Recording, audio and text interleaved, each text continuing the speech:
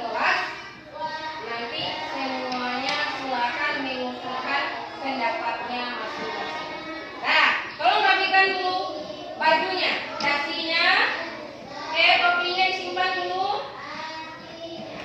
Nah, sebelum kita membuat keyakinan kelas, mari kita melakukan yang namanya ice breathing. Masih ingat tepu semangat? Tepu semangat 1. Tepu semangat 2. Tepu semangat 3. Tepu semangat 1, 2, 3.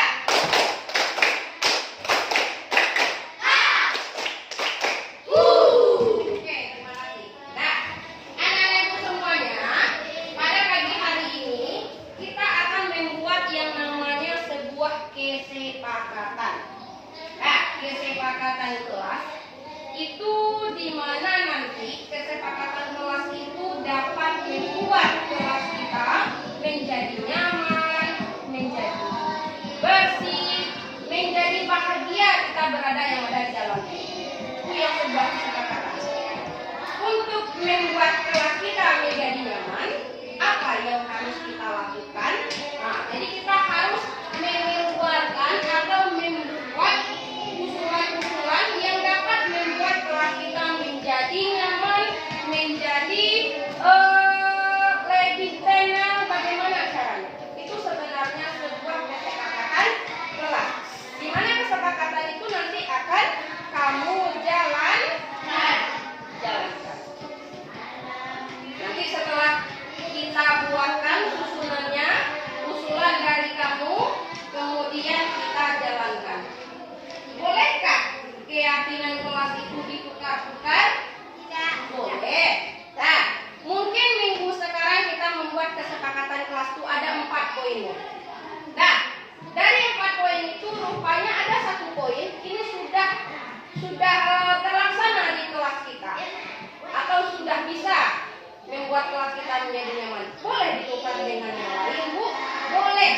Ya, jadi keyakinan kelas itu boleh ditukar sesuai dengan situasi dan kondisi kelas kita. Nah, kemudian lagi dalam membuat sebuah kesepakatan kelas itu kita menggunakan kalimat-kalimat yang positif. Contoh, misalnya tentang kebersihan, dilarang membuang sampah sembarangan, dilarang jangan berkata kotor. Ini dilarang membuang sampah sembarangan. Nah, ini masih termasuk dia berbentuk kalimat negatif karena ada kata apa? Jadi bisa kita rubah menjadi kalimat positif. Menjadi apa dia? Buanglah sampah pada tempatnya.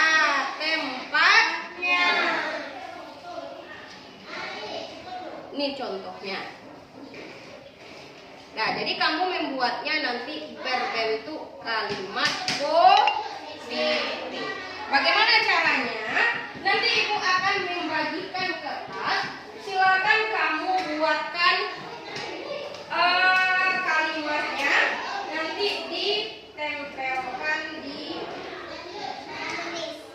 papan. Ya.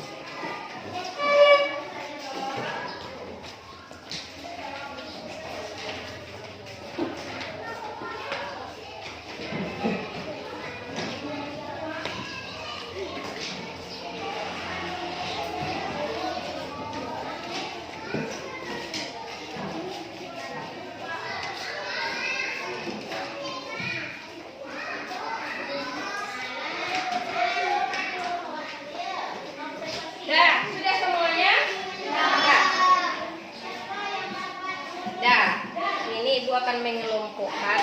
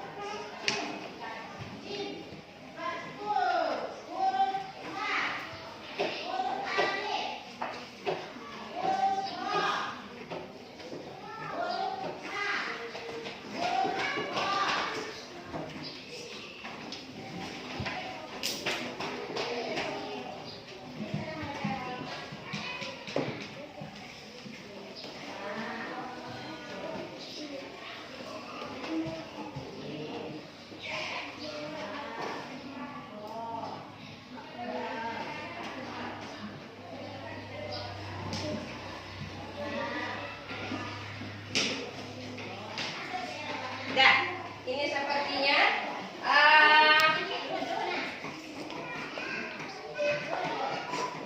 ini dia kesepakatan kelas yang sudah kamu tempelkan dan sudah ibu gabungkan masing-masingnya.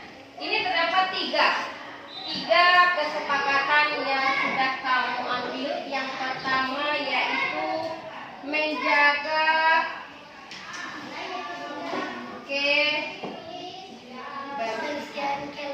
yang kedua, saling menghargai. Dan yang ketiga adalah budayakan 5S. Masih ingat ini? Budayakan 5S? Apa itu 5S? Senyum, sapa, salam, sopan, santun. Nah, ini dia 3 keyakinan kelas kita. Keyakinan kelas. Nah, nanti keyakinan kelas ini akan kita buatkan seindah mungkin nanti. Kemudian akan kita tempelkan di dinding kelas biar mudah kamu ingat, biar dapat kamu lihat setiap hari. Nah, terima kasih atas apa yang sudah Anak Ibu lakukan pada hari ini sehingga sudah melahirkan sebuah keyakinan kelas 5. Nah, terima kasih.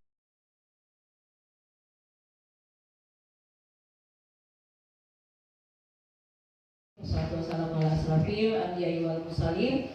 Wa alihi wa sahbihi Rasulillah ajmain. Asyhadu an la ilaha illallah wa asyhadu anna Muhammadan abduhu wa rasuluhu la ilaha. Bapak Ibu yang berbahagia, pada kesempatan hari ini kita di SD Negeri 15 Perpanjang. Pada kesempatan hari ini salah seorang dari guru CGP kita yaitu Ibu Siska Munansa, pada hari ini beliau akan menyampaikan diseminasi budaya positif. Untuk itu, marilah Bapak Ibu sama-sama kita dengarkan paparan dari beliau. Sebelum kita memulai, mari kita buka dengan membacakan basmalah. Bismillahirrahmanirrahim. Kepada Ibu Siska Munansa, waktu dan tempat kita persilakan dengan segala.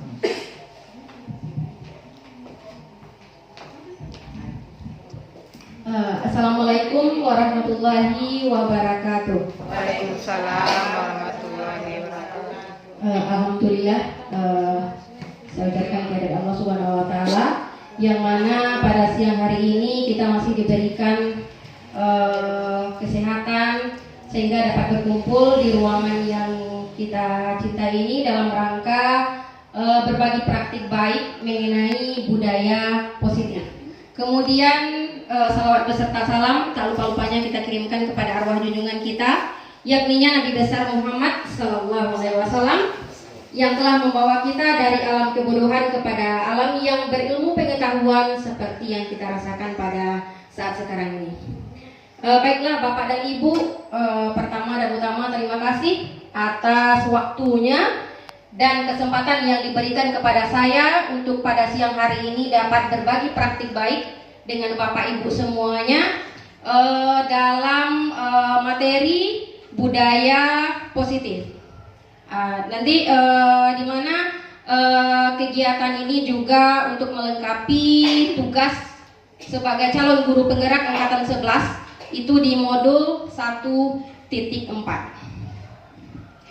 Baik Bapak dan Ibu, kita langsung saja kepada materi kita pada siang hari ini tentang budaya positif. Sebenarnya budaya positif itu sebenarnya sudah kita laksanakan atau sudah ada di sekolah kita.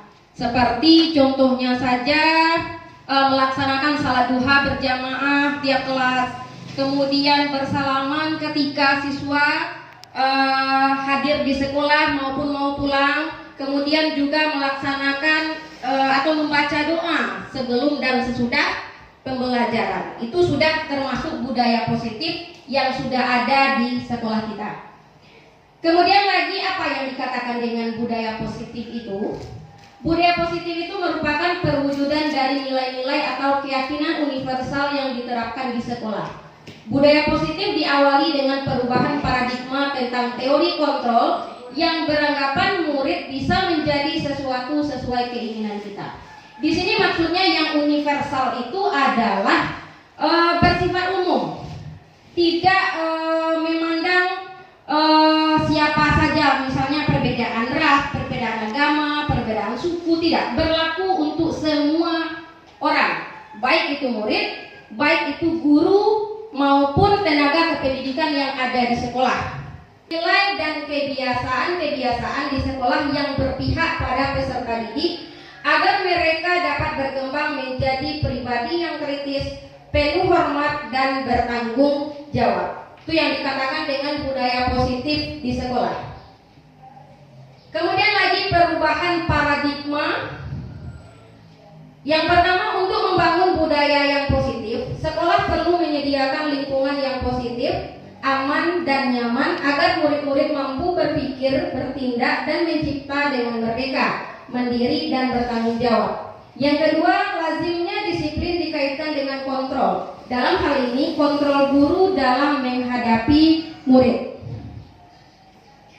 Kemudian lagi menurut Ki Hajar Dewantara bahwa tujuan pendidikan yaitu menuntun segala kodrat yang ada pada anak-anak agar mereka dapat mencapai keselamatan dan kebahagiaan yang setinggi-tingginya, baik sebagai manusia maupun sebagai anggota masyarakat. Karena juga guru itu diibaratkan sebagai seorang petani dan peserta didik diibaratkan sebagai benih-benih tumbuhan yang akan ditanam, baik itu biji jagung, padi, kacang ataupun yang lainnya. Semuanya tidak akan tumbuh dengan jenis yang sama. Jadi petani tugasnya hanya merawat, memupuk, menyiangi sehingga tumbuhan itu dapat tumbuh dengan subur. Petani tidak akan bisa dia merubah apa yang sudah ditanam. Contohnya, kita seorang guru diibaratkan sebagai petani. Kita menanam biji jagung. Tugas kita hanya merawatnya, memupuknya, menyiramnya, dan menyianginya sehingga jagung itu dapat tumbuh dengan subur. Tidak akan bisa kita merubah tumbuhan jagung itu menjadi padi, karena yang ditanam adalah benihnya jagung. Itu diibaratkan. Jadi guru itu tugasnya hanya menuntun, mengarahkan, hanya menuntun, mengarahkan, memberikan dorongan kepada anak tanpa harus berharap bahwa dia akan tumbuh sesuai dengan keinginan kita. Karena kodrat anak itu berbeda-beda sesuai dengan yang dikatakan oleh Ki Hajar Dewantara. Kemudian lagi perubahan paradigma. Ini sebuah kegiatan kepalan tangan. Ada A dan B, itu antara Anda dan teman. Sobeklah secari kertas kecil, tuliskan benda atau sesuatu yang sangat berharga untuk Anda. Letakkan di salah satu tangan Anda dan genggam benda atau sesuatu tersebut dengan segala daya. Buatlah sebuah kepalan. Teman Anda akan mencoba dengan sekuat tenaga dengan berbagai cara untuk meminta Anda memberikan benda tersebut. B bisa membujuk, mengancam, menghardik, merayu apa saja agar dapat membuka kepalan tangan Anda. Apa yang terjadi? Andaikan kita yang menjadi yang A, apakah kita akan membuka kepalan tangan kita? Di dalamnya ada sesuatu yang berharga bagi kita. Apakah kita akan membukanya? Ya Bu? Tidak. Kenapa? Apa alasannya kita tidak membukanya? Karena berharga kita takut kehilangan. Oh iya, karena takut kehilangan. Kemudian apa lagi Bu? Apakah ada jawabannya nanti kita akan memberikan atau membuka kepalan tangan yang sudah kita pegang tadi? Tentunya tidak. Kita akan mengepal dia sekuat tenaga. Walaupun mau dibujuk, mau dirayu, mau dihardik, mau diancam, kita akan tetap mengepalnya. Karena ini adalah sesuatu yang berharga bagi kita. Dan pertanyaannya di sini, apakah A dan B membuka kepalan tangan Anda? Mengapa apa alasan Anda atau B membuka kepalan tangan Anda? Apakah Anda atau B menutup kepalan tangan Anda? Mengapa? Apa alasan Anda atau B tetap menutup kepalan tangan Anda? Yang ketiga, dalam kegiatan ini, sesungguhnya siapa yang memegang kendali atau kontrol untuk membuka atau menutup kepalan tangan? Iya. Yang mengontrol adalah kita sendiri. Itu yang dikatakan dengan teori kontrol. Kita tidak bisa mengontrol orang lain, tidak bisa merubah orang lain sesuai dengan keinginan kita, kecuali perubahan itu lahir dari dirinya sendiri. Begitu juga dengan siswa. Kalau kita mau menghendaki siswa sesuai dengan keinginan kita, dengan cara apapun, mau dihukum, mau diberi ancaman atau apapun, kalau dari diri dia sendiri tidak keinginannya untuk berubah, itu tidak akan berhasil. Yang ada hanya mereka melakukan karena terpaksa tanpa kesadaran dari diri sendiri. Kemudian di sini dikatakan bahwa kita sendirilah yang memegang kontrol atas kepalan tangan kita. Apakah kita membuka atau menutup kepalan tangan kita, itu bergantung pada diri kita masing-masing, sesuai dengan kebutuhan dasar kita saat ini. Kemudian ini adalah ilusi kontrol. Ilusi itu hanya angan-angan. Menurut Dr. William Glasser dalam kontrol teori, bahwa upaya kontrol yang kita lakukan hanyalah sebuah ilusi. Yang pertama, ilusi guru mengontrol murid. Yang kedua, ilusi bahwa kritik dan membuat orang yang merasa bersalah dapat menguatkan karakter. Yang ketiga, ilusi bahwa semua penguatan positif, efektif, dan bermanfaat. Yang kelima, ilusi bahwa orang dewasa memiliki hak untuk memaksa. Ini hanya ilusi. Ilusi kita sebagai guru bahwa kita beranggapan bahwa kita bisa mengontrol siswa. Tapi nyatanya kita tidak bisa mengontrolnya, kecuali kesadaran dari diri mereka sendiri. Kemudian inilah perbedaannya Bapak dan Ibu antara siapa sesungguhnya yang memiliki kontrol. Ada stimulus respon, ada teori kontrol. Stimulus respon itu beranggapan bahwa seseorang itu dia bisa merubah orang lain, dia bisa mengontrol orang lain sesuai dengan yang dikehendakinya. Itu yang stimulus respon. Bertolak belakang dengan teori kontrol. Kalau teori kontrol, dia beranggapan bahwa dia tidak bisa merubah orang lain. Yang dapat merubah itu adalah dirinya sendiri. Yang pertama, stimulus responnya yaitu kita mencoba mengubah orang agar berpandangan sama dengan kita. Sedangkan menurut teori kontrol, kita berusaha memahami pandangan orang lain tentang dunia. Yang kedua, perilaku buruk dilihat sebagai suatu kesalahan. Menurut teori kontrol, semua perilaku memiliki tujuan. Yang ketiga, orang lain bisa mengontrol saya. Sedangkan menurut teori kontrol, hanya Anda yang bisa mengontrol diri Anda sendiri. Kemudian yang keempat, saya bisa mengontrol orang lain. Menurut teori kontrol, Anda tidak bisa mengontrol orang lain. Yang kelima, pemaksaan ada pada saat bujukan gagal. Sedangkan pada teori kontrol, kolaborasi dan konsensus menciptakan pilihan-pilihan baru. Dan yang terakhir, model berpikir menang atau kalah. Sedangkan pada teori kontrol, model berpikir menang-menang. Itu perbedaan antara stimulus respon dengan teori kontrol. Kita lanjut Bapak Ibu kedisiplinan. Sebenarnya disiplin itu apa? Maknanya.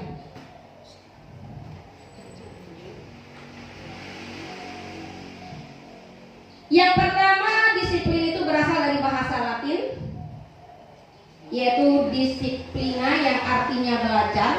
Kemudian makna asal dari kota ini berkonotasi dengan disiplin diri dari murid-murid Sokrates dan Plato. Yang ketiga, disiplin diri membuat orang menggali potensinya menuju sebuah tujuan, apa yang dia hargai. Dan yang keempat, dalam budaya kita, makna kata disiplin telah berubah menjadi sesuatu yang dilakukan seseorang pada orang lain untuk mendapatkan kepatuhan. Kecenderungan umum adalah menghubungkan kata disiplin dengan ketidaknyamanan, bukan dengan apa yang kita hargai atau pencapaian suatu tujuan mulia.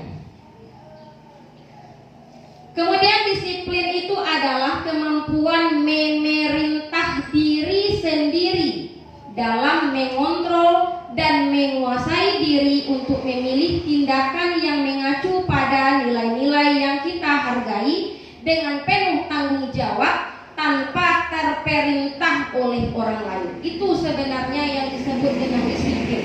Disiplin itu kemampuan memerintah diri kita sendiri, bukan memerintah orang lain, tapi memerintah diri kita sendiri untuk menguasai diri, memilih tindakan mana yang akan kita lakukan pada nilai-nilai yang kita hargai dengan penuh tanggung jawab tanpa diperintah oleh orang lain.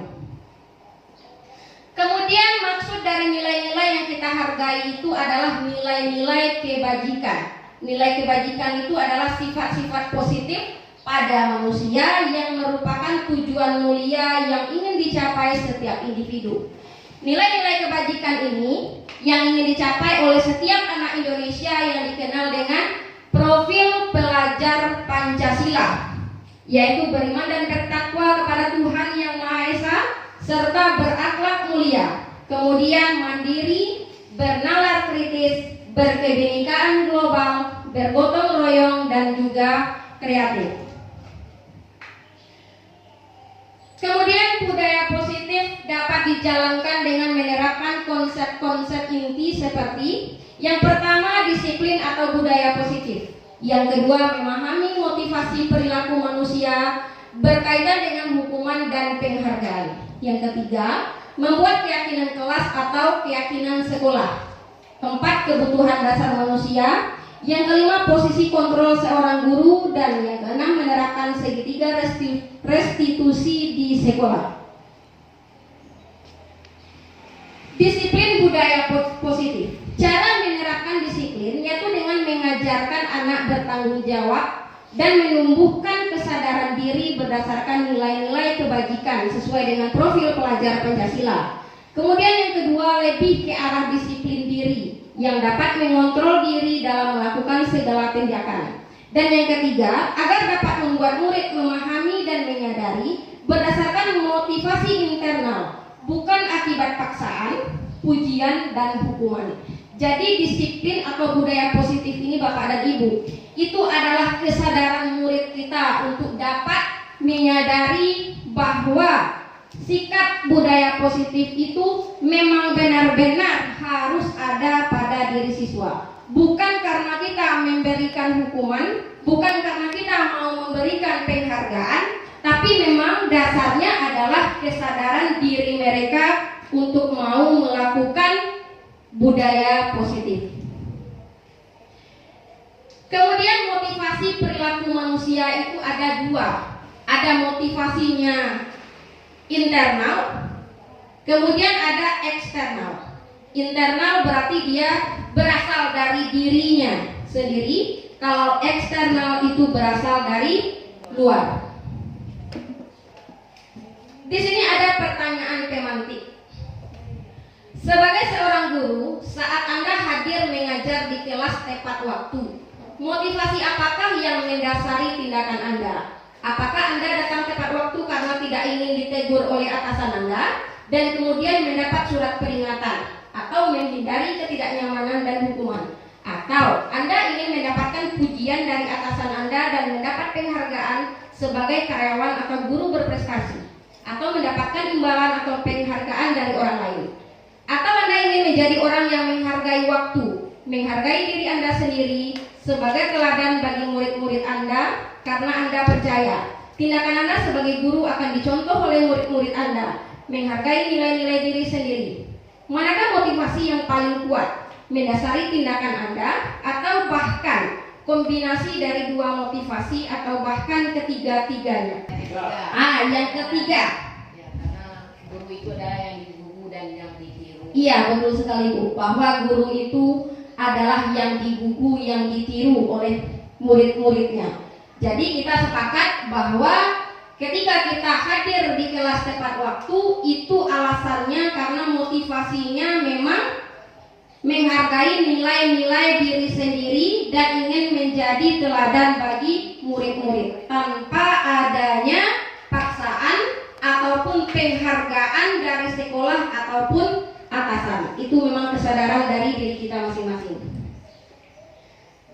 Nah, berdasarkan pertanyaan tadi, itu ada dua motivasi yang timbul dari diri kita. Yang pertama, motivasinya eksternal. Yang pertama yang eksternal itu adalah untuk menghindari ketidaknyamanan atau hukuman. Itu eksternal, dari luar. Kemudian yang kedua masih eksternal, untuk mendapatkan imbalan atau penghargaan dari orang lain. Kemudian yang motivasi internalnya adalah untuk menjadi orang yang mereka inginkan dan menghargai diri sendiri dengan nilai-nilai yang mereka percayai. Berarti yang kita pilih adalah memang motivasi yang berasal dari diri kita sendiri. Lanjut teori motivasi perilaku manusia, yaitu dua, motivasi eksternal dan motivasi internal. Kalau motivasi eksternal itu untuk menghindari ketidaknyamanan atau hukuman. Yang kedua mendapatkan imbalan. Dan yang untuk internalnya adalah karena memang ingin menghargai diri sendiri. Ya. Dihukum oleh penghargaan. Biasanya kita di kelas kan suka bagi anak yang cepat selesai mengerjakan tugas atau menyelesaikan tugas dengan baik dapat 100, nanti dikasih penghargaan seperti bintang misalnya, dikasih permen atau apapun yang kita berikan kepada anak. Sebenarnya itu bagus, dapat memotivasi siswa untuk belajar lebih giat. Itu jangka pendeknya. Sedangkan untuk jangka panjang, memberikan imbalan, memberikan penghargaan, memberikan hadiah seperti itu dapat membuat siswa itu menjadi ketergantungan dan bisa juga membuat siswa itu menjadi kecewa. Contohnya seperti ini Bapak dan Ibu. Ketika seorang guru kelas itu sudah terbiasa memberikan penghargaan atau hadiah kepada siswa-siswanya yang selesai cepat mengerjakan tugas, yang dapat nilai tinggi, biasa diberikan hadiah. Hingga suatu waktu guru kelas itu tidak dapat hadir di sekolahnya karena berhalangan. Maka guru lainlah yang masuk ke kelasnya. Apa yang terjadi di sana? Tentunya guru lain tidak menyiapkan hadiah-hadiah seperti yang sudah dibiasakan oleh guru kelasnya. Sehingga saat guru tersebut memberikan pembelajaran, anak tidak termotivasi. Anak merasa kecewa. Kenapa? Karena dia sudah terbiasa dapat imbalan dari guru kelasnya. Sekarang yang hadir bukan guru kelasnya, guru lain, sehingga dia tidak mau mengerjakan tugas. Itu salah satu dampak negatif dari memberikan hadiah kepada siswa. Mungkin dulu kita beranggapan bahwa memberikan hadiah itu dapat membangkitkan motivasi siswa. Memang betul sebenarnya, itu jangka pendeknya. Tapi kalau kita pikir untuk jangka panjang, itu dapat membuat siswa itu menjadi ketergantungan dengan guru. Kemudian juga setelah saya mempelajari kemarin dengan instruktur, kata beliau, salah seorang bertanya, kalau dulu memang penghargaan itu dapat memotivasi, tapi sekarang kenapa berubah menjadi penghargaan itu dikurangi atau dihilangkan dalam kelas? Karena jangka pendek dan jangka panjangnya itu memang ada efeknya. Kalau jangka panjang, siswa kita ini nanti akan menjadi orang yang bekerja di suatu instansi, mau di kantor apa kan. Kemudian dia bekerja masih mempunyai motivasi untuk mengharapkan imbalan.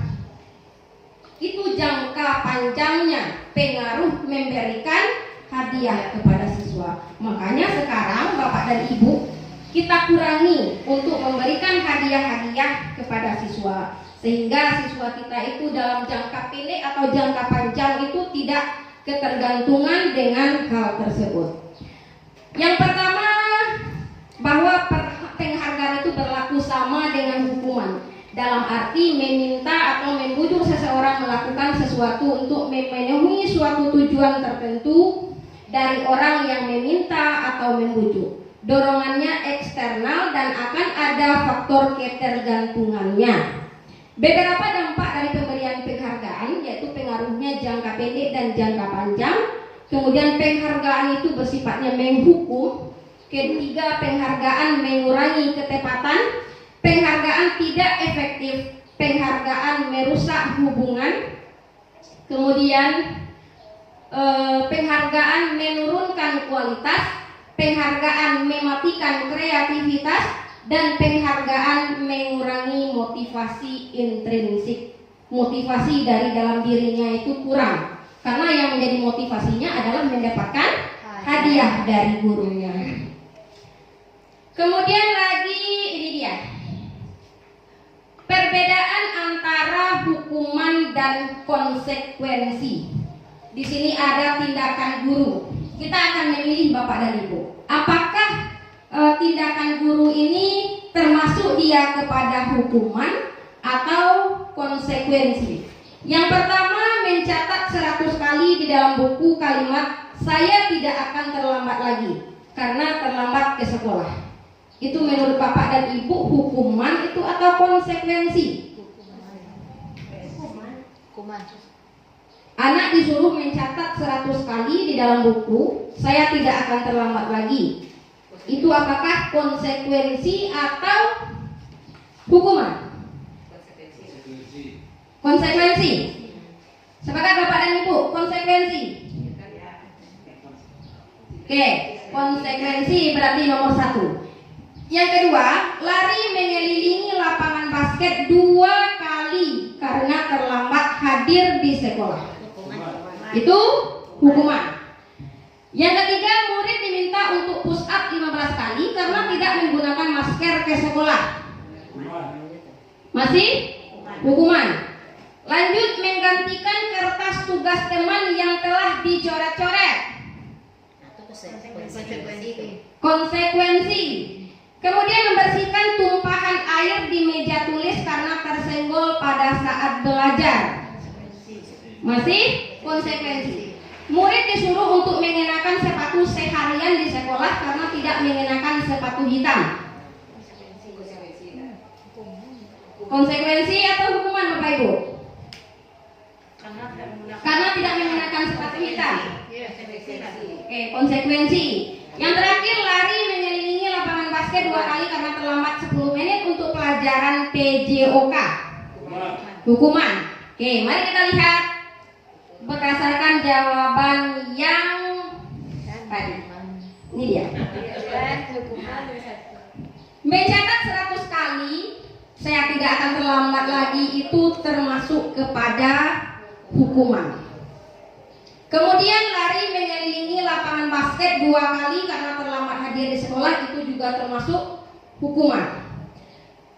Murid diminta untuk push up 15 kali karena tidak menggunakan masker ke sekolah juga itu hukuman. Menggantikan kertas tugas teman yang telah dicoret-coret itu adalah konsekuensi. konsekuensi.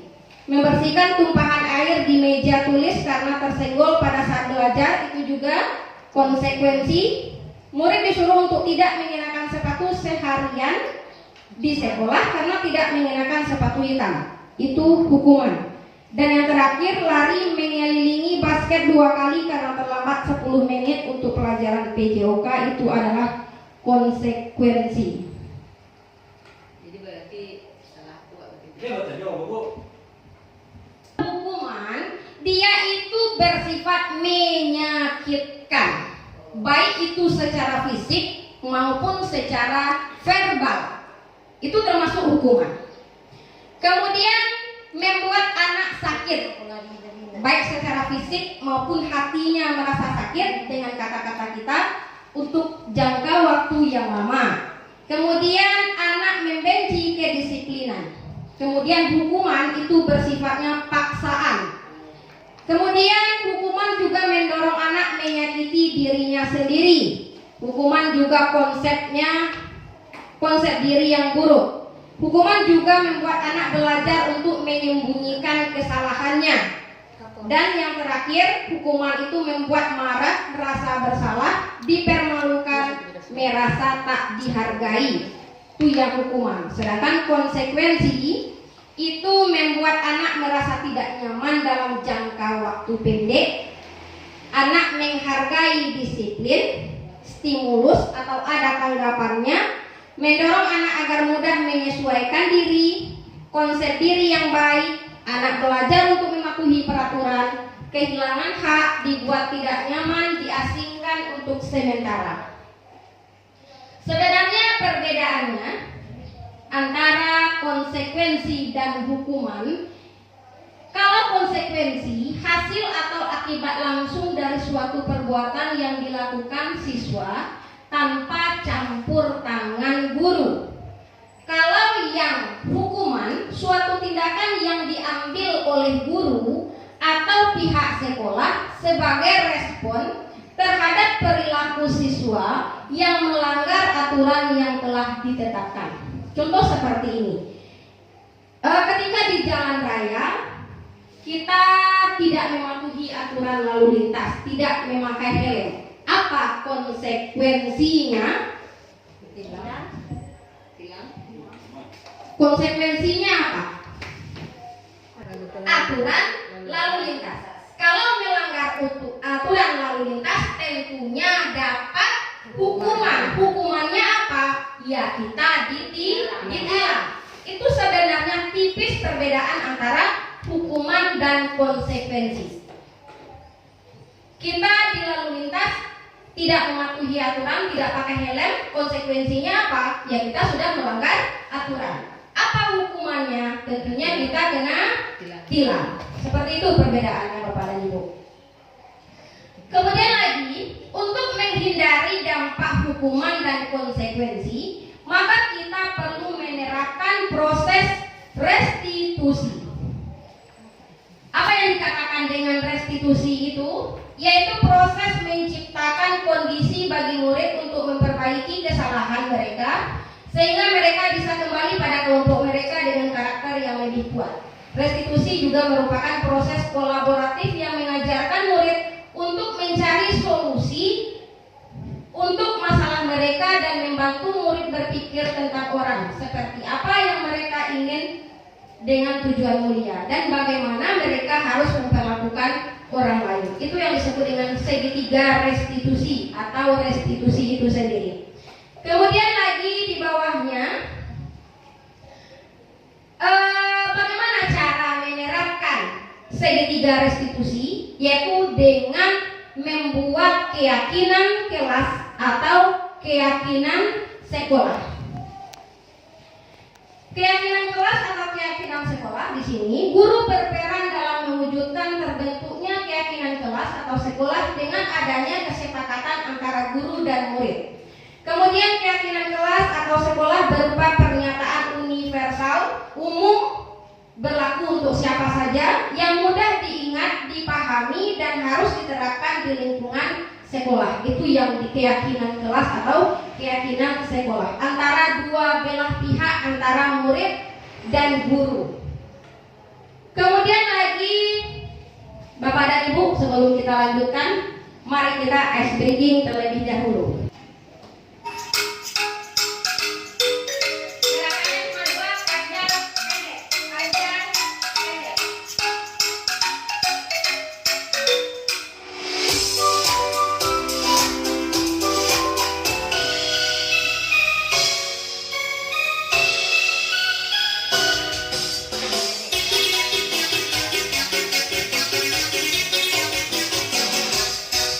Panjang, panjang, panjang, pendek, pendek, pendek. Panjang, panjang, panjang, pendek, pendek, pendek. Panjang, pendek, panjang, pendek. Panjang, panjang, panjang, pendek, pendek, panjang. Panjang, panjang, panjang, pendek, pendek, pendek. Panjang, panjang, panjang, pendek, pendek, pendek. Panjang, pendek, panjang, pendek. Panjang, panjang, panjang, pendek, pendek, panjang. Sekali lagi.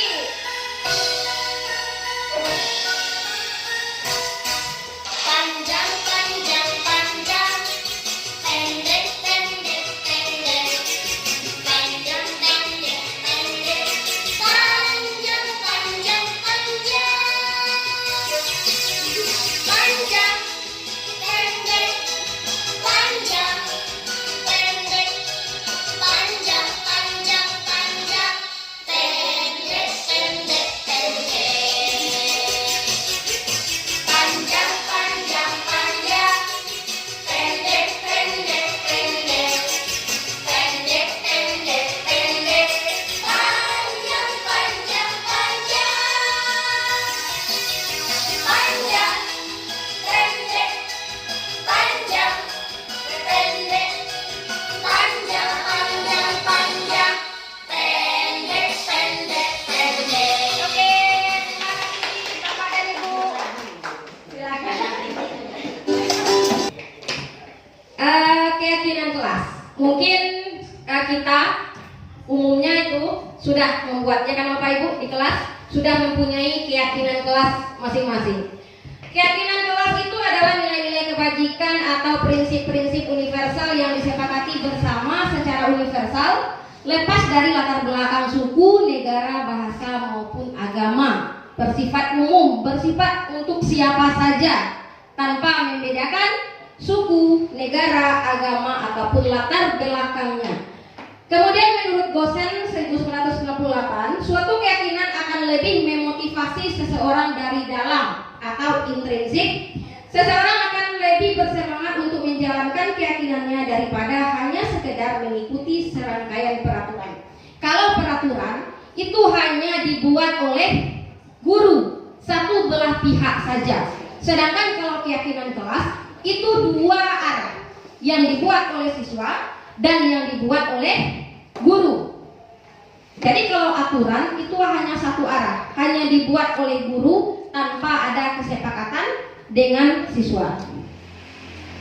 Kemudian membuat keyakinan kelas atau sekolah merupakan metode untuk menimbulkan kembali disiplin positif yang didasari oleh motivasi dari dalam diri peserta didik itu sendiri, bukan karena menghindari hukuman atau ingin mendapatkan penghargaan.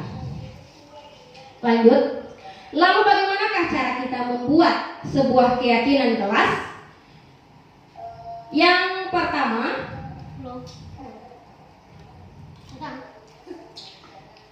keyakinan kelas itu bersifat abstrak daripada peraturan yang lebih rinci dan konkret. Yang kedua, keyakinan kelas berupa pernyataan-pernyataan yang universal.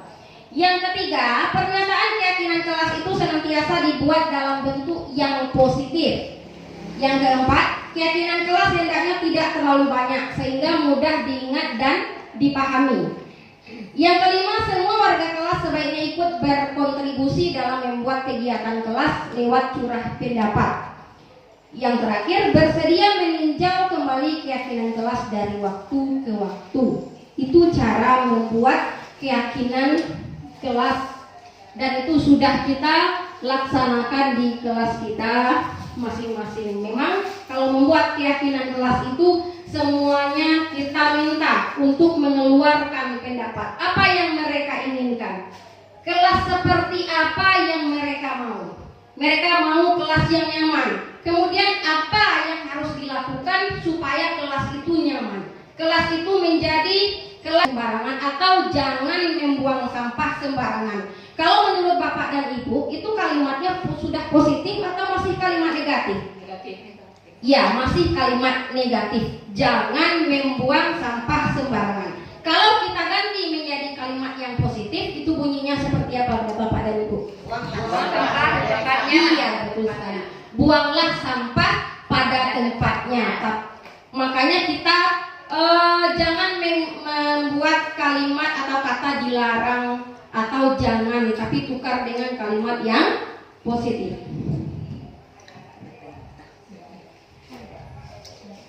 Ini contoh-contoh keyakinan kelas yang sudah dibuat. Biasanya Bapak dan Ibu setelah kita membuat keyakinan kelas itu sudah disepakati, kemudian apa lagi yang dilakukan? Apakah keyakinan kelas itu tetap berada di dalam laptop kita?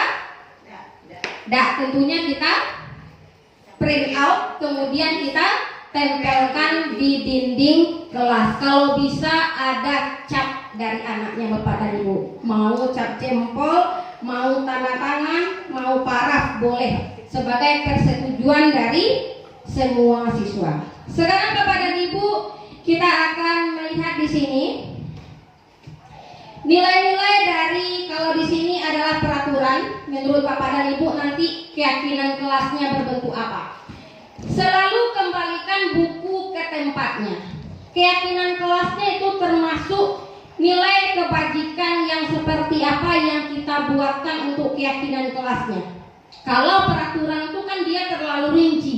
Selalu kembalikan buku ke tempatnya supaya menjadi kalimat yang lebih bernilai sesuai dengan keyakinan kelas. Itu apa seharusnya di keyakinan kelas kita buatkan?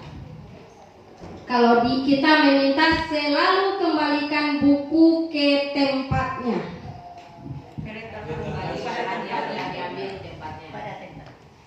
Letakkan buku pada meletakkan buku pada tempatnya. Oke, nilai apa yang terkandung di dalamnya itu Bapak dan Ibu? Nilai? Iya betul sekali Bapak dan Ibu. Itu adalah nilai tanggung jawab. Kemudian yang kedua, dilarang mengganggu orang lain. Itu nilainya apa? Yang terkandung dalam tidak mengganggu orang lain. Saling menghargai, saling menghormati. Kemudian hadir di sekolah 15 menit sebelum pembelajaran dimulai. Disiplin. Kemudian dilarang melakukan kekerasan. Bisa menghargai, bisa juga tentang keselamatan. Kemudian dilarang menggunakan narkoba. Itu termasuk kepada kesehatan. Boleh. Bergantian atau menunggu giliran. Budaya antri. Disiplin mungkin juga termasuk itu ya Bapak dan Ibu. Gunakan masker. Disiplin. Kemudian yang terakhir, jangan berlari di kelas atau koridor.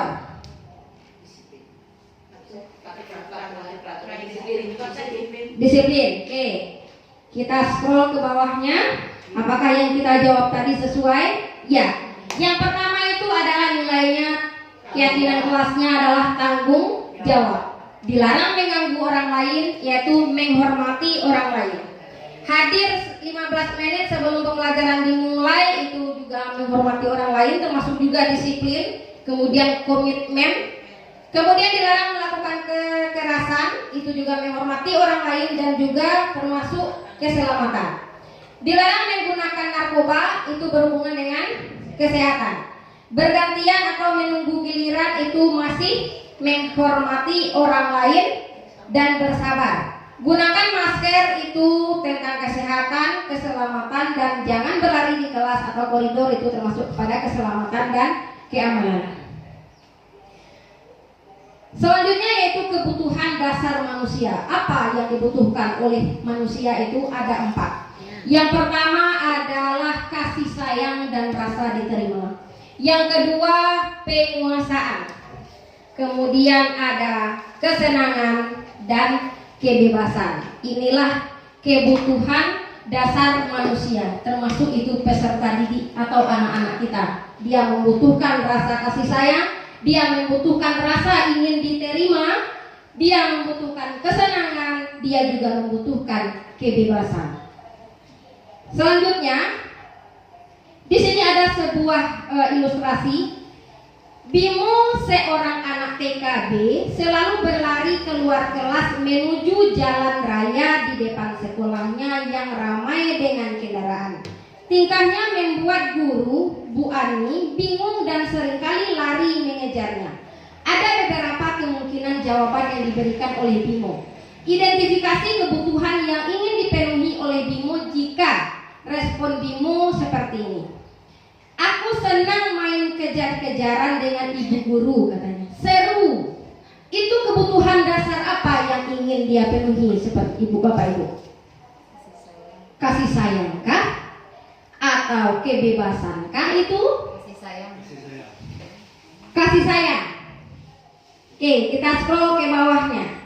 Kalau dia menjawab itu adalah kesenangan. Dia senang melihat gurunya berlari mengejarnya keluar, sehingga membuat itu katanya seru. Melihat guru berlari mengejar, itu sebuah kesenangan. Kebutuhan dasar yang dia inginkan adalah kesenangan. Lanjut, kalau ini juga ada ilustrasi. Dinda, seorang anak kelas 3 SD, begitu tiba di rumah sepulang dari sekolah menangis dan mengadu pada ibunya bahwa dia benci pada Ibu Rani, gurunya. Ya, menurut Anda, kebutuhan apa yang berusaha dipenuhi oleh Dinda jika jawabannya seperti ini? Ibu guru bilang, aku tidak boleh bersenandung sewaktu mengerjakan tugas. Katanya, kelas harus tenang, tidak ada suara. Kan enggak seru jadinya. Menurut Bapak Ibu, itu kebutuhan apa yang ingin dibutuhkan? Apa? Kebebasan. Iya, kebebasan. Kita lihat ke bawahnya. Itu adalah penguasaan. Lanjut lagi ke bawah. Ini masih ada ilustrasinya. Ini Ibu Ani, guru kelas 5 SD Pelita Hati, sedang bingung menghadapi ulah salah satu murid di kelasnya, Agus. Beberapa anak telah datang dan mengeluhkan. Agus seringkali meminta bekal makan siang mereka dengan paksa. Jika Anda menghadapi situasi seperti Ibu Ani, apa yang akan Anda lakukan? Menurut Anda kira-kira apa alasan Agus melakukan hal itu? Lanjut. Apabila jawaban Agus itu ia lapar dan orang tuanya tidak membawakannya bekal makan siang, kebutuhannya itu adalah apa? Untuk bertahan hidup. Kalau jawaban Agus itu ia senang, temannya jadi memperhatikan dia, berarti kebutuhannya adalah membutuhkan perhatian dan cinta kasih, sehingga dia bisa diterima. Kemudian apabila jawaban Agus itu dia merasa hebat karena temannya jadi takut dan menuruti keinginannya, kebutuhannya adalah penguasaan atau pengakuan atau kemampuan. Kemudian apabila jawaban Agus itu merasa bosan dengan bekal yang dibawakan ibunya karena selalu membawakan bekal yang sama, kebutuhannya adalah kebebasan. Dan yang terakhir, apabila jawaban Agus adalah karena iseng saja dan ingin menikmati ekspresi wajah temannya, pastinya itu dia membutuhkan kesenangan. Jadi kebutuhan dasar siswa kita itu berbeda-beda, tergantung dengan apa jawabannya, seperti itu. Kemudian masuk kita ke posisi kontrol seorang guru. Posisi kontrol seorang guru itu ada 5: penghukum, merasa bersalah, teman, pemantau, dan terakhir manajer. Di manakah posisi kontrol kita sebaiknya sebagai seorang guru? Dan yang kita rasakan saat ini, kita berada di posisi yang mana? Itu dia. Pernyataannya seperti ini. Saya kecewa sekali dengan kamu. Itu menurut Bapak dan Ibu, posisi kontrol gurunya itu di posisi yang mana? Hukumankah itu? Merasa bersalahkah? Teman? Kemudian pemantau atau sudah manajer? Saya kecewa sekali dengan kamu. Itu termasuk kepada posisi kontrol yang mana?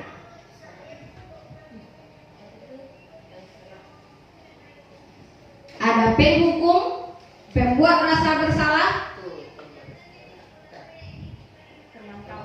pemantau. Oke, kita kunci jawabannya. Saya kecewa sekali dengan kamu, itu termasuk posisi kontrol pemantau. Yang kedua, kamu tidak pernah benar melakukannya. Itu termasuk apa? Yang 5 tadi. Penghukum, pembuat rasa bersalah, teman, pemantau, dan manajer. Itu termasuk kemana itu? Kamu tidak pernah benar melakukannya. Pemantau. Oke, kita kunci pemantau. Yang ketiga, ayolah lakukan demi ibu dan bapak. Ayolah lakukan demi ibu dan bapak. Apa itu? Teman. Oke. Yang keempat, apakah kamu mau mendapatkan stiker bintang hari ini? Itu sebagai apa? Posisi kontrolnya menurut bapak dan ibu. Manajer. Oke. Lanjut, kamu selalu yang paling terakhir. Mau mengumpulkan tugas, kamu selalu paling terakhir mengumpulkan tugas. Itu masuk apa itu? Oke, merasa bersalah. Kita lihat jawaban di bawahnya. Kita scroll ke bawah. Oke. Di sini saya kecewa sekali dengan kamu, itu adalah pembuat orang merasa bersalah. Kemudian kamu tidak pernah benar melakukannya. Itu penghukum secara verbal, bukan fisik, tapi yang langsung ke hati dengan itu. Menusuk ke hati. Ya, ayolah lakukan demi ibu dan bapak. Itu teman. Kemudian apakah kamu mau mendapatkan stiker bintang hari ini? Itu pemantau. Bagaimana kamu bisa menyelesaikan masalah ini? Itu manajer. Kamu selalu yang paling terakhir. Itu penghukum. Bapak dan Ibu, posisi kontrol di sini yang pertama penghukum. Itu adalah seorang guru yang suka memberikan hukuman kepada siswa, baik secara fisik maupun secara verbal ketika seorang siswa itu melanggar aturan yang ada di sekolah. Itu yang penghukum. Kalau dia membuat rasa bersalah, itu adalah seorang guru itu berkata dengan lemah lembut kepada anak, tapi membuat anak itu merasa dia tidak dihargai, merasa dia sangat kecewa dengan apa yang kita katakan. Contohnya seperti itu, yang saya kecewa sekali dengan kamu. Itu kata-kata yang dapat membuat anak itu merasa bersalah, merasa kecewa. Kemudian posisi yang ketiga, keempat adalah pemantau. Pemantau di sini Bapak dan Ibu, dia tidak langsung memberikan hukuman. Hari ini si A datang terlambat, catat, tuh sebagai bukti. Besok si A datang terlambat lagi, masih mengumpulkan bukti-bukti. Besoknya lagi si C, si A masih datang terlambat, masih memantau. Ujung-ujungnya setelah semua buktinya ada, maka itu akan dikeluarkan sebagai bukti untuk memberikan hukuman kepada siswa. Berbeda dengan penghukum. Kalau penghukum itu langsung memberikan hukuman pada saat siswa melanggar aturan.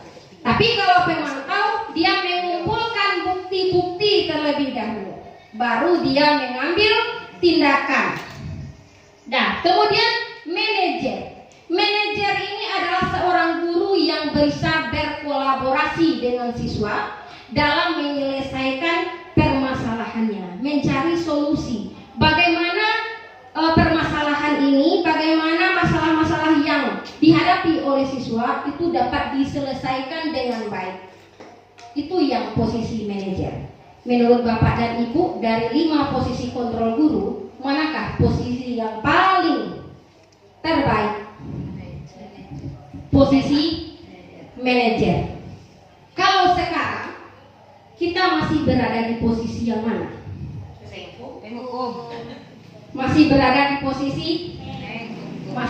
di posisi penghukum. Kita masih berproses supaya kita bisa berubah posisi kita menjadi, kita sudah memilih bahwa posisi kontrolnya itu adalah manajer. Itu yang paling bagus.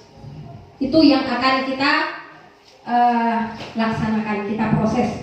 Semuanya butuh proses, tidak bisa instan. Begitu juga dengan murid-murid kita, tidak bisa juga berubah sesuai dengan keinginan kita. Lanjut. Ya, posisi kontrol seorang guru sebagai posisi manajer. Yang pertama, guru membuat sesuatu bersama murid, mempersilahkan murid mempertanggungjawabkan perilakunya dan mendukung murid untuk menemukan solusi atas permasalahannya sendiri. Bukan kita yang menyelesaikan, kita menemukan solusi bersama siswa, berkolaborasi supaya permasalahan yang dihadapi siswa ini dapat diselesaikan dengan baik. Yang kedua, posisi manajer mengacu pada restitusi yang dapat menjadikan murid sebagai manajer bagi dirinya sendiri sehingga tercipta identitas positif atau berhasil pada diri murid. Lanjut. Ini dia lingkarannya. Lanjut lagi. Segitiga restitusi. Ini yang dilakukan oleh posisi manajer. Menyelesaikan permasalahan dengan segitiga restitusi adalah suatu dialog yang dijalankan guru atau orang tua agar dapat menghasilkan murid yang mandiri dan bertanggung jawab. Segitiga restitusi, proses menciptakan kondisi bagi murid untuk memperbaiki kesalahan mereka sehingga mereka bisa kembali pada kelompok mereka dengan karakter yang lebih kuat. Melalui restitusi, guru dapat yang pertama membantu murid menjadi lebih memiliki tujuan disiplin positif serta memulihkan dirinya setelah berbuat salah. Yang kedua, membantu murid untuk jujur pada diri sendiri dan mengevaluasi dampak dari kesalahan yang dilakukan. Dan yang ketiga, memberikan penawaran, bukan paksaan. Gambaran segitiga restitusi. Segitiga restitusi itu memiliki 3 tahapan. Yang pertama, menstabilkan identitas. Yang kedua, validasi kebutuhan. Dan yang ketiga, menanyakan keyakinan. Kalau menstabilkan identitas, kita bisa bertanya kepada siswa, apa yang sudah kamu lakukan? Mungkin dia terlambat sekolah. Kamu bangunnya jam berapa? Kamu semalam tidurnya jam berapa? Jam itu, Bu, saya menonton TV, Bu. Oh iya, Ibu juga menonton televisi. Sehingga kamu terlambat datang ke sekolah. Apakah terlambat datang ke sekolah itu sebuah kesalahan, Nak? Iya, Bu. Setiap orang pasti memiliki kesalahan. Kalau kita sudah melakukan hal itu, berarti kita sudah menstabilkan identitas. Bahwa kita semua pernah melakukan kesalahan, termasuk ibu juga pernah melakukan kesalahan. Atau bisa juga kamu bukan satu-satunya orang yang pernah melakukan kesalahan. Itu juga dapat menstabilkan identitas. Kemudian tahap yang kedua, validasi kebutuhan. Dengan memberikan pertanyaan, kamu tentu punya alasan mengapa melakukan itu. Kemudian adakah cara yang lebih efektif untuk mendapatkan apa yang kamu butuhkan? Kemudian tahap yang ketiga, menanyakan keyakinan. Menurut kamu, keyakinan kelas mana yang sudah kamu langgar? Atau bisa juga kamu ingin menjadi orang yang seperti apa. Jadi ketika anak berbuat salah, dia tidak takut.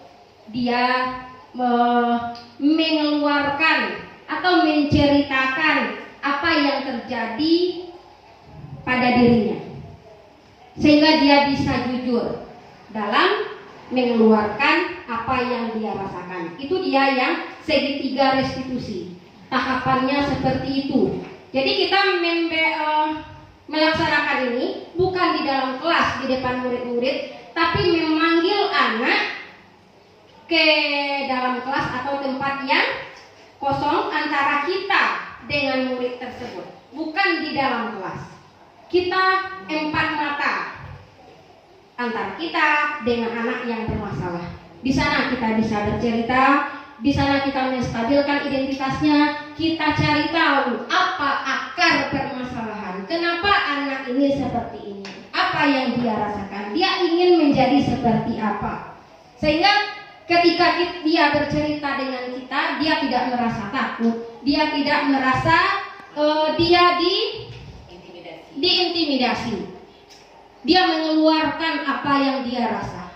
Sehingga kegiatan restitusi ini dapat meminimalisir anak dalam melanggar atau berbuat kesalahan. Itu yang dikatakan segitiga restitusi.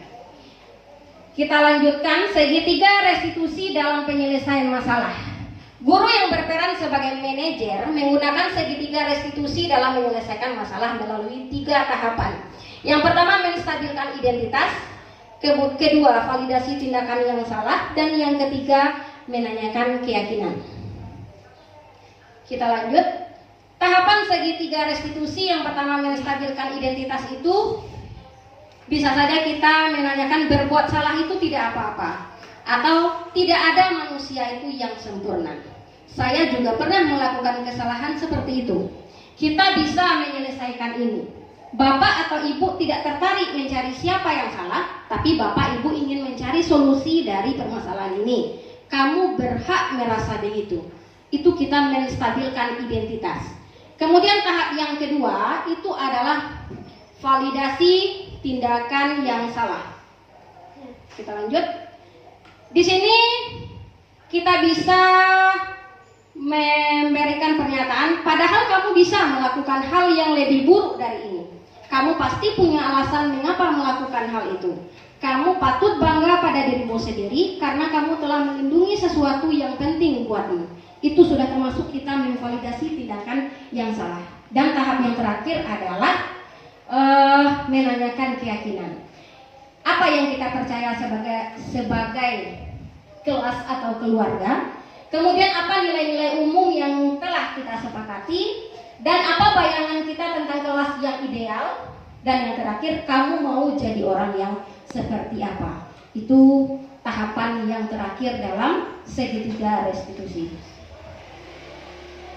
Di sana, sekarang kita melakukan refleksi dari apa yang sudah saya sampaikan tadi. Diharapkan Bapak dan Ibu nanti bisa menjawab 3 pertanyaan ini. Yang pertama, perasaan saat ini adalah bagaimana perasaan Bapak dan Ibu setelah menerima atau mendengarkan penjelasan tentang budaya positif yang sudah saya paparkan. Baik Bapak dan Ibu, siapa yang bersedia memberikan pernyataan bagaimana perasaannya saat ini? Kalau perasaan Baik Bu, Arjayani silakan. ini, Ibu. Iya.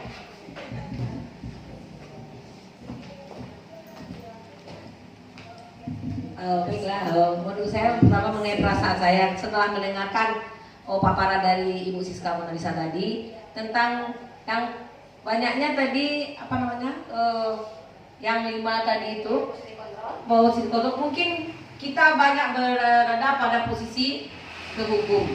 Jadi kita merasa sangat bersalah dalam setelah mendengarkan paparan tadi. Mudah-mudahan untuk kedepannya kita akan berusaha untuk memperbaikinya dan kita berusaha untuk menjadi posisi seorang manajer. Nah, Yang kedua setelah mengikuti materi ini, Setelah mengikuti materi pengembasan diseminasi pada hari ini, saya jadi paham bahwa sebagai penghukum itu tidak baik. Oh, Target saya berikutnya adalah kembali berusaha menjadi seorang manajer bagi murid-murid. amin. Amin. Mudah-mudahan. Terima kasih. Oke, terima kasih Ibu Arjayanis. Sama Ibu, saya pun yang menyampaikan mungkin masih berada di posisi yang sama, posisi kontrolnya masih sebagai penghukum, tapi kita masih belajar, masih bisa berproses untuk bisa mencapai posisi yang berpihak kepada siswa, yaitu posisi manajer. Baiklah Bapak dan Ibu, mungkin hanya itu yang dapat saya sampaikan pada kesempatan kali ini. Terima kasih atas waktunya. Mudah-mudahan apa yang saya sampaikan ini dapat kita terapkan dalam pendidikan kita di sekolah, dapat meningkatkan pendidikan kita di sekolah yang berpihak kepada siswa. Terima kasih. Assalamualaikum warahmatullahi wabarakatuh.